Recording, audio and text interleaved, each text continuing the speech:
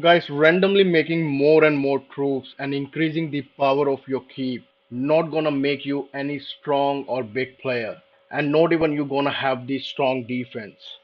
Without proper order or setup, you just making a big juicy keep that other big player can enjoy.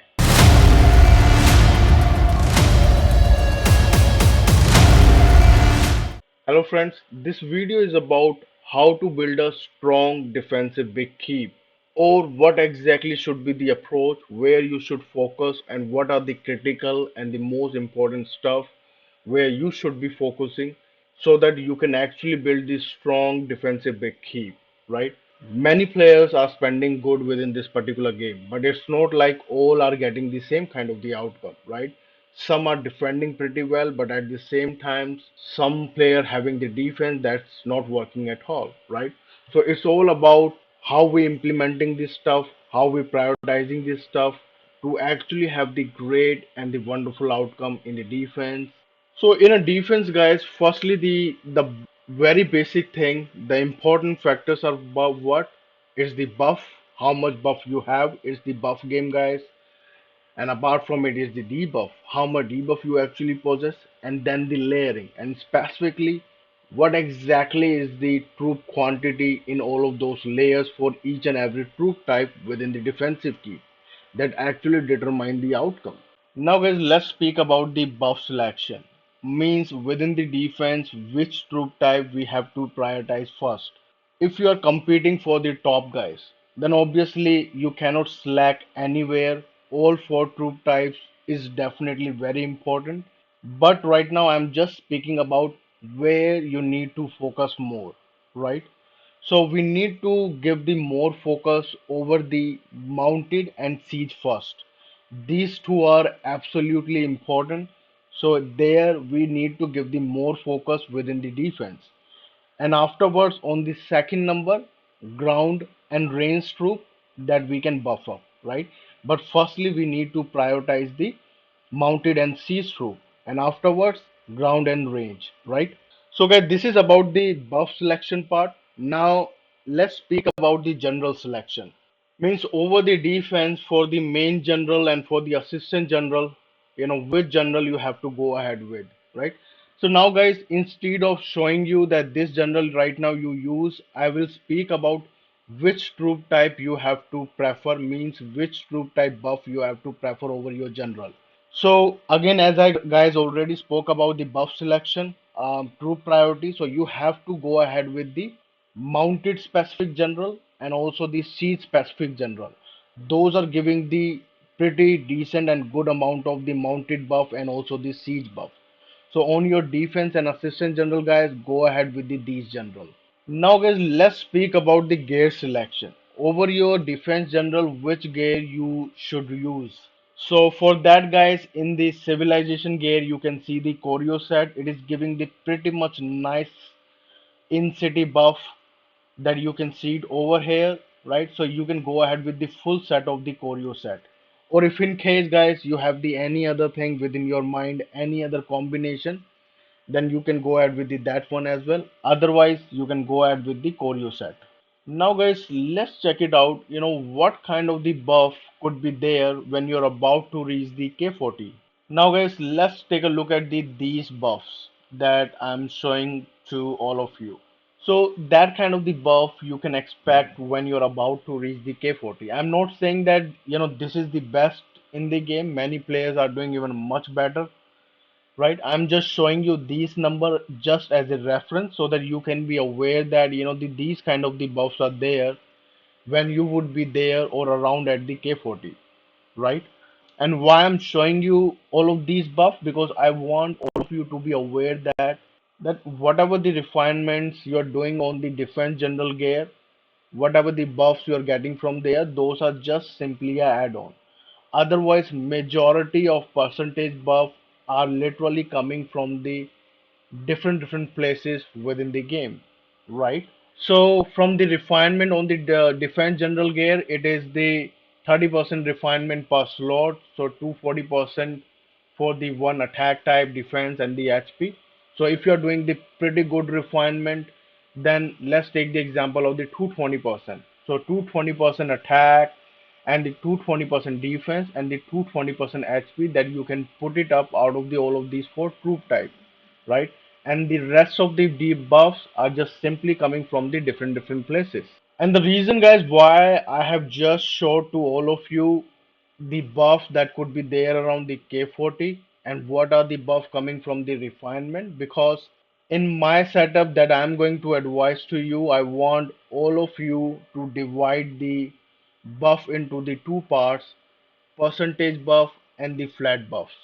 And flat buffs, we are gonna get it from the defense general gears, and for the percentage buff, it's just the everything that is there or present within the game. So for refinement part, guys, what I want all of you to do it on your HP part, do the all the mounted HP refine flat one on the both pieces, mounted to HP refine. In the defense part as well, all the mounted to defense refine in the both pieces. But if in case you want one or two slots, you can have for any other troop types wherever you want to focus, like might be the ground troop defense, right? Two slots you can have it from here, but rest you have to do the mounted troop defense flat one. And even for the attack, guys, you have to do over the both mounted troop attack flat one. But if you want, then the two slots in total you can take it for the siege machine attack, right? Otherwise, majority of this section you have to do the mounted troop attack, mounted troop defense, and mounted troop HP flat one, right?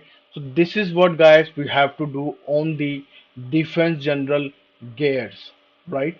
And right now, very shortly, guys, I will let you know in the layering part why I'm asking you to do it so. But before that, guys, let me inform you guys that how much difference it is making compared to the percentage one, right? So firstly, guys, 220%, suppose if you were doing the mounted troop HP for the percentage one. So right now over here we're doing the flat one, and apart from it we're targeting the mounted troop defense as well, that usually you might have been targeting the some other troop types, and even we targeting the mounted troop attack as well for the flat one. So in short, guys, we are strengthening the mounted troops. So whatever the 220% was there for the mounted troop HP, so you can completely exclude it, because in the end we are strengthening the mounted troops, by targeting on the all the six pieces, right? Now rest remain is the 220% for the defense part and the 220% for the attack part. I have informed that the two slots you can take it for the siege machine attack percentage one. So let's take it 20 to 125, 25%, 50%. So 170% for the attack part, and similarly 170% for the defense part is what actually you're missing out from the percentage buff. So not much a difference is there, guys, right? So that's why I'm showing you this calculative stuff.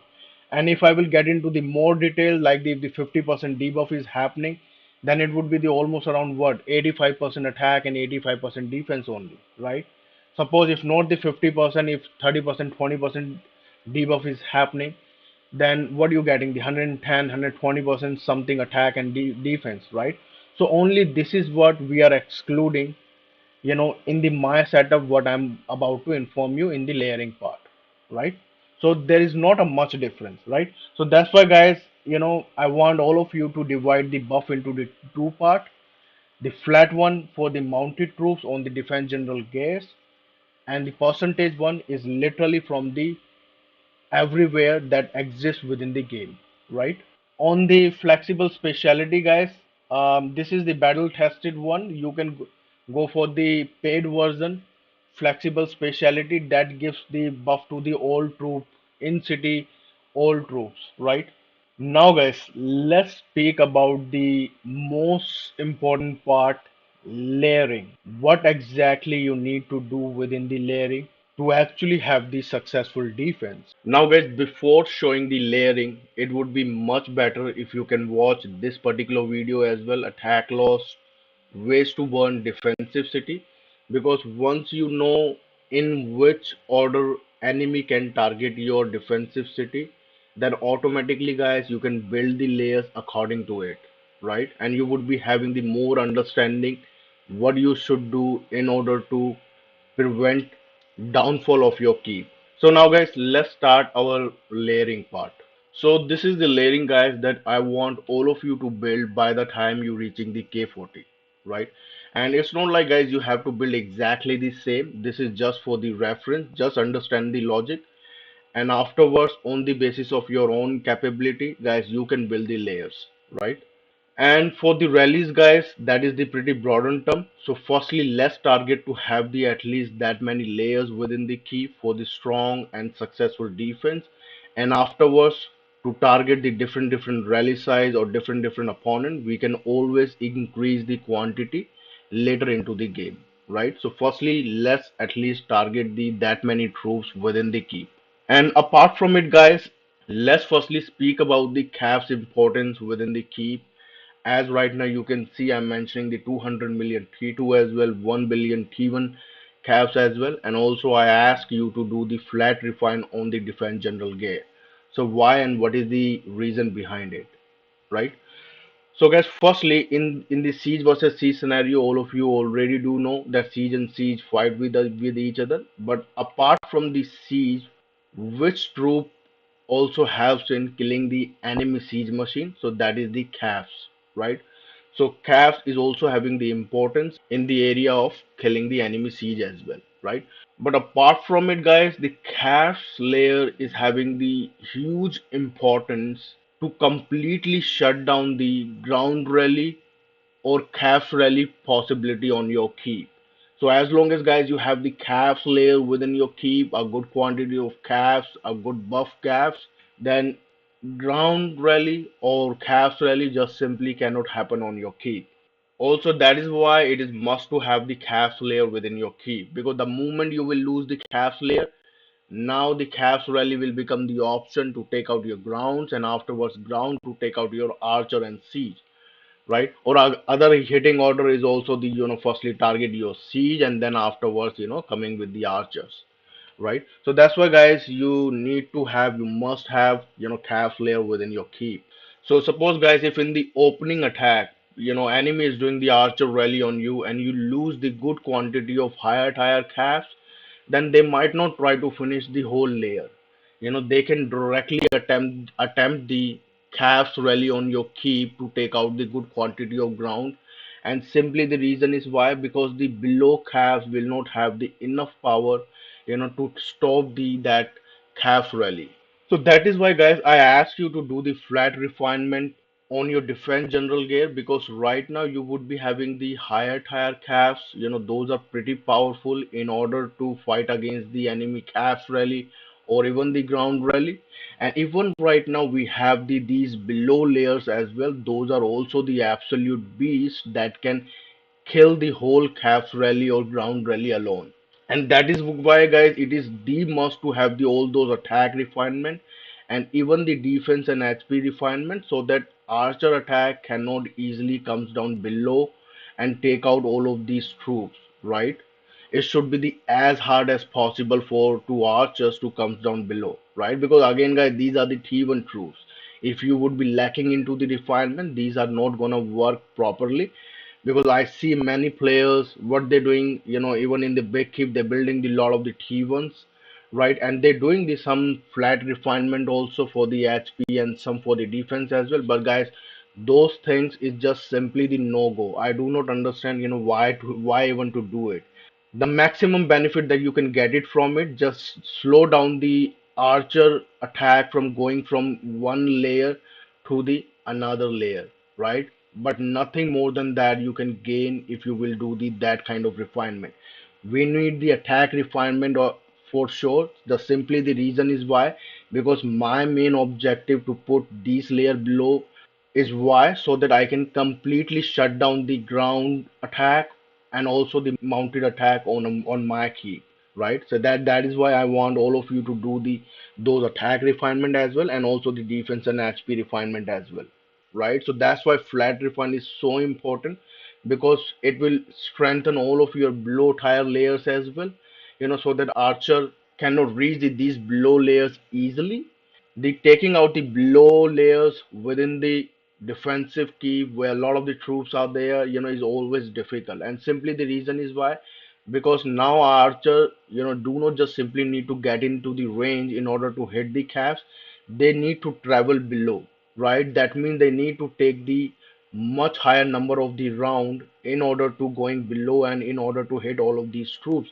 And that just simply not allowed while having the all of these siege layers, while having the all of these ground layer and even the archers layers, right? So it would be much harder for archer to kill the below these T1 troops, right?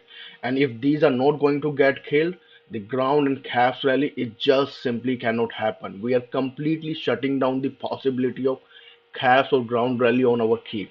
And this is the reason, guys, why I asked you to do the flat refinement on the defense general gear. Now, apart from it, guys, let's speak about what is the merit of siege. Why to have these kind of the quantity within your keep. Firstly, guys, why I'm mentioning the 20 million T13, because T13 and above is having the higher siege range, right? So that's why I'm putting up the 20 million T13, because in terms of the resource wise, it would be easier to make, right?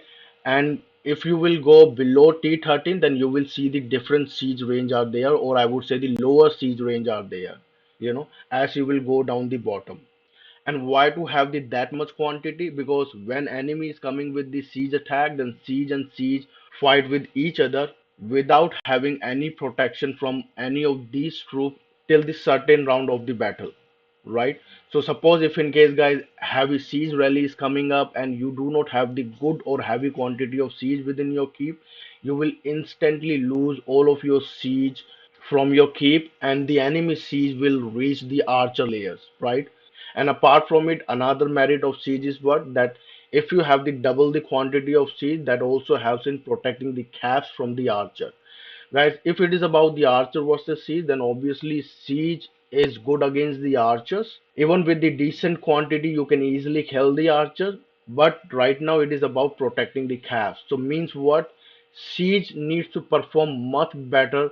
Means what, guys? Now siege needs to kill the archer within the less number of the rounds, right? So that's why having the double the or huge quantity of siege is also helpful in protecting our caps from the archer's attack, right? Now guys, let's speak about the archers. Why I'm putting up the more archer quantity compared to the ground and caps layer? Because once you have lost the caps layer from your keep, suppose let's take the example, enemy has done the heavy archer rally and has took out all of your caps layers, right? Then afterwards, guys, the caps rally becomes the option to take out grounds from your keep, right?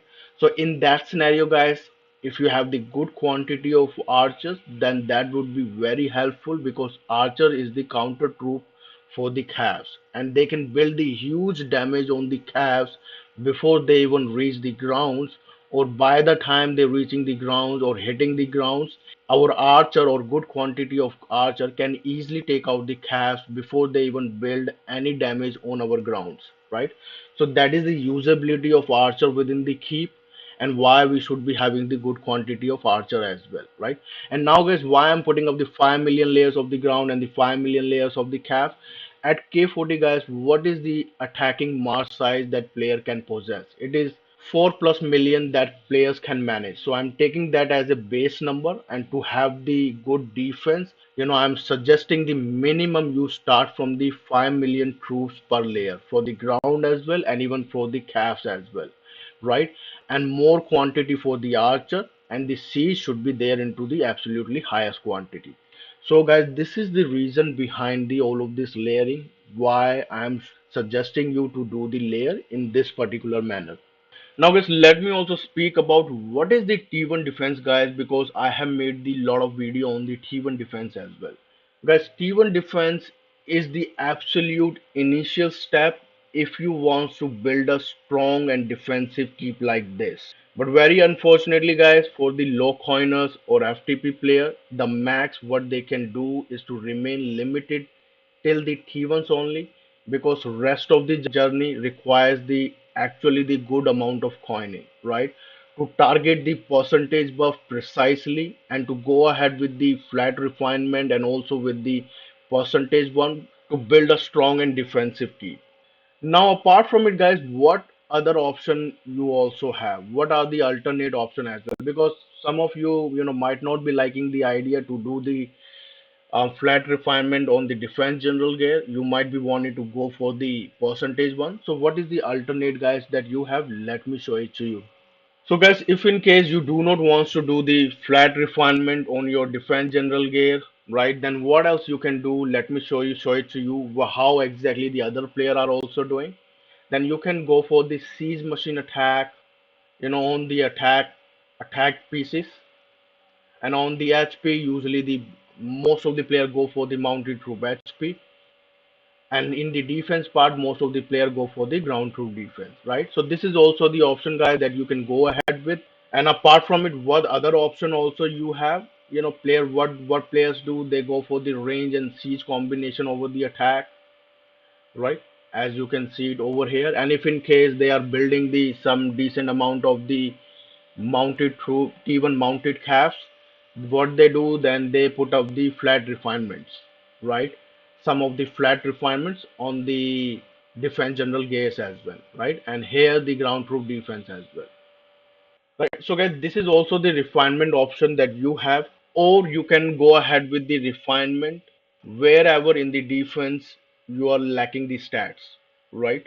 And if in case, guys, you're going for the percentage refinement, then let me show it to you what layering then you can do it. So guys, you can have this kind of the layering if in case you're going with the percentage refinement, right? There's no need to build heavy amount of the T1 and T2, right? Because without the proper flat refine, they will just simply gonna die, pretty easily. And if in case, guys, you're doing the some of the flat HP refine, or might be the flat defense refine for the mounted, then I will say the maximum 200 300 million you do make, do not more than that. Because simply, guys, without the proper flat buffs, they simply just die pretty easily. And I'm telling you, guys, because I have a lot of the T1, and I do know how these do work exactly. So if we are not doing the hardcore stuff, then there is no merit in building the huge quantity of T1. Just build the 100 million, so that the archer attack, going from the one layer to another layer, we can just simply delay that particular attack, and nothing more than that, right? And you can go ahead with that kind of the layering. So guys, whatever the solution I have given in this particular video is totally on the basis of PvP basics only. And guys, game is too complex. Always there is a loophole, so there is no such thing as perfect scenario. The best what we can do in the defense is to make the things as difficult as possible for the opponent. And apart from it, guys, if you think that according to your scenario there is any other setup that might work better for you, guys, go ahead with that one. This is just the suggestion from my side on the basis of absolute PvP basics. And apart from it, guys, debuff and some other points, let's cover it up in some other video. So I think, guys, this is it for this particular video. And thank you, guys. Thanks for watching, and we'll see you guys in the next video. And thank you. Bye bye for now.